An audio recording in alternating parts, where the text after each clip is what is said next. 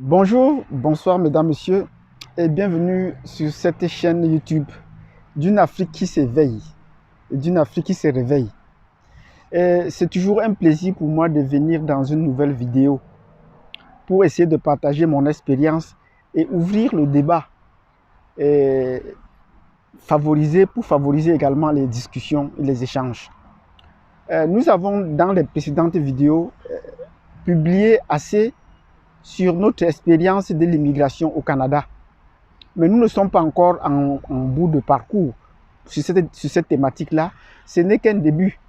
Et comme la bonne charité commence par soi-même, nous avons commencé par présenter notre propre parcours d'immigration. Même s'il est un peu ancien, mais il peut tenir compte de l'actualité. Parce que d'un point de vue africain, les conditions qui s'appliquent à l'immigration, la préparation, le voyage et tout cela, les éléments qu'il faut réunir en partant de l'Afrique pour ici, sont presque tous les mêmes. Les exigences sont de plus en plus accrues et il faudrait qu'on essaie d'échanger pour voir comment est-ce que s'effectue cette dynamique de l'immigration. Donc il faudrait qu'on comprenne que c'est du point de vue africain que nous nous présentons.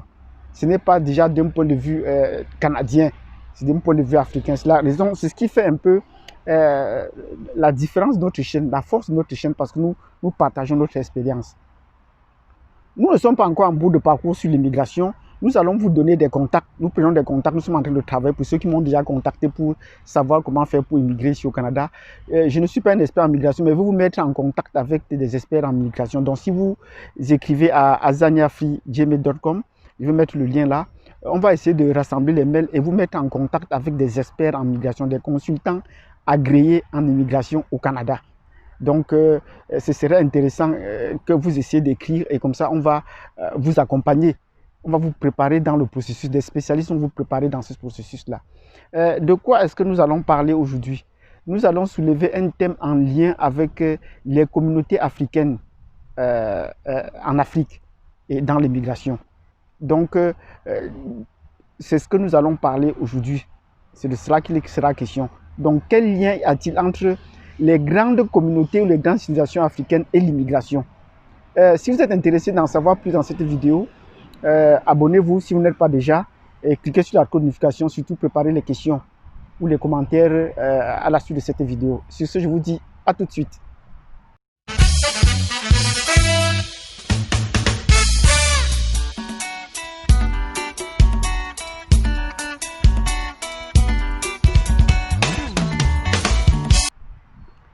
Bienvenue donc sur cette chaîne d'une Afrique qui s'éveille. Et nous parlons pour le moment d'immigration. Donc, si vous voulez nous suivre dans l'aventure, faites ce que nous avons dit précédemment. Et cette immigration est en lien avec l'Afrique. Donc, essayer de favoriser, essayer de mobiliser les Africains qui veulent immigrer au Canada. Il y a de la place au Canada pour tout le monde. Il y a de la place au Canada pour nous. Nous reviendrons dans une autre vidéo pour vous présenter le Canada. Comment est-ce qu'un Africain connaît le Canada? Comment est-ce qu'un Africain vit le Canada? Parce qu'il y a des astuces. Il y a des choses pour les autres, c'est évident, alors que pour l'Africain, ce n'est pas évident. Les conditions physiques, les conditions humaines, ainsi de suite, les différenciations spatiales qu'on a au Canada et même sociétales qu'on a au Canada. Il faudrait bien qu'on en présente, mais ce n'est pas l'objet de cette vidéo. Nous situons toujours dans la dynamique d'un Africain, dans la vie d'un Africain qui migre ici. Nous voulons mettre le lien de l'immigration que nous sommes en train de commencer. Nous voulons mettre cela en lien avec les grandes communautés qu'on a en Afrique. Nous avons dit l'Afrique s'éveille et il y a des grandes communautés en Afrique sur lesquelles on pourrait s'appuyer pour s'épanouir davantage. Il y a des grandes civilisations en Afrique dont on parle très peu. Les autres en parlent très peu. Et il nous revient, nous, les Africains, de présenter ces pays-là, de présenter ces civilisations-là dans les différents pays pour les rendre plus lisibles, pour les rendre plus visibles et pour qu'on en soit fier. Mais ces grandes communautés sont aussi des grandes communautés migrantes. Et dans une précédente vidéo, j'avais déjà présenté les grandes communautés qu'on a en Afrique. Et parmi ces communautés, j'avais cité les Bamileke au Cameroun, les Ibo au Nigeria, les Ashanti au Ghana. J'ai cité également les Kikuyu au Kenya. Et on a également une tribu, en Afrique du Sud, on parle couramment des Zoulous. Ben ça, ce sont les principales tribus Congo, ou les Oromo au Kenya, ou les Oromo en Éthiopie, je vous en prie. Mais comme la bonne charité commence par soi-même, nous allons aujourd'hui, nous allons commencer par nous-mêmes. Je veux dire que moi, je suis Bamileke et j'ai immigré au Canada. Donc, je vais vous présenter cette tribu-là en partant de Bamileke, le lien qu'ils ont avec l'immigration et le réveil et l'éveil de l'Afrique. C'est de cela qui sera question dans les prochaines vidéos. Donc, on va faire alternativement l'immigration en lien avec ces grandes communautés-là.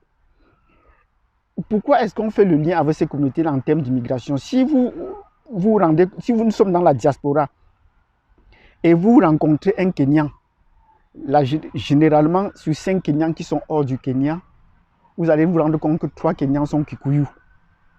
Si vous rencontrez 5 Ibo, 5 Nigérians, vous allez vous rendre que 3 sont Ibo. Tout de même que si vous rencontrez 5 Camerounais à l'étranger, vous allez vous rendre compte que 3 sont Bamileke. Donc ainsi de suite pour les autres pays. Donc il y a des tribus qui sont très aptes à l'immigration. Non seulement parce qu'ils sont assez, c'est l'ordre de tribus qui sont quantitativement assez fortes, assez nombreuses, mais ce sont des tribus aussi qui ont les moyens et la volonté d'aller plus loin, de voyager. Mais ce n'est pas seulement sur des points positifs qu'ils voyagent, ils voyagent aussi pour des raisons négatives. Dans les pays respectifs où ces peuples sont installés, ils sont parfois la risée. Donc, on trouve là des peuples qui ont pu profiter des crises ou des rejets dont ils sont victimes dans leur pays. Même, ils ont pu prendre ça comme des opportunités. Donc, ce sont de très fortes opportunités. Et ces diasporas, dans ces pays-là, ces diasporas sont basées sur ces peuples-là. Donc, il faudrait qu'on fasse le lien pour que les gens le sachent. Donc, vous voyez, tous ces peuples, quoi qu'ils sont dans des pays différents et parfois même très distanciés, ils ont la même capacité de pouvoir être une force économique, une force culturelle pour les pays en question. Et quand vous me voyez avec le bracelet du Kenya, il y a des insignes là qui sont très proches des insignes de la culture Bamileke. Le bouclier, les saguets et puis même les koris. Et même les koris. Et quand vous trouvez les koris, ce n'est pas seulement l'utilisation des koris n'est pas seulement chez les Kikuyu, les Bamileke, même également les Ibo. Donc, ce sont des liens qu'il faudrait que je vous prépare pour les prochaines vidéos. Donc, nous n'allons pas être assez longs pour cette vidéo, mais nous allons présenter cette tribu en lien avec l'immigration. Donc, c'est ce que nous avions à dire aujourd'hui. Si vous avez apprécié cette vidéo qui présentait, dans laquelle nous avons fait le lien entre l'immigration et les grands peuples qu'on a en Afrique, que nous avons précédemment cités, vous me mettez un pouce. Mettez-moi un pouce si vous n'êtes pas également d'accord. Ça nous permettra de revoir peut-être notre approche et de pouvoir le mieux les défauts la prochaine fois que nous allons entrer de plein feu dans ces sujets en question. Je vous souhaite une excellente journée et je vous dis à très bientôt.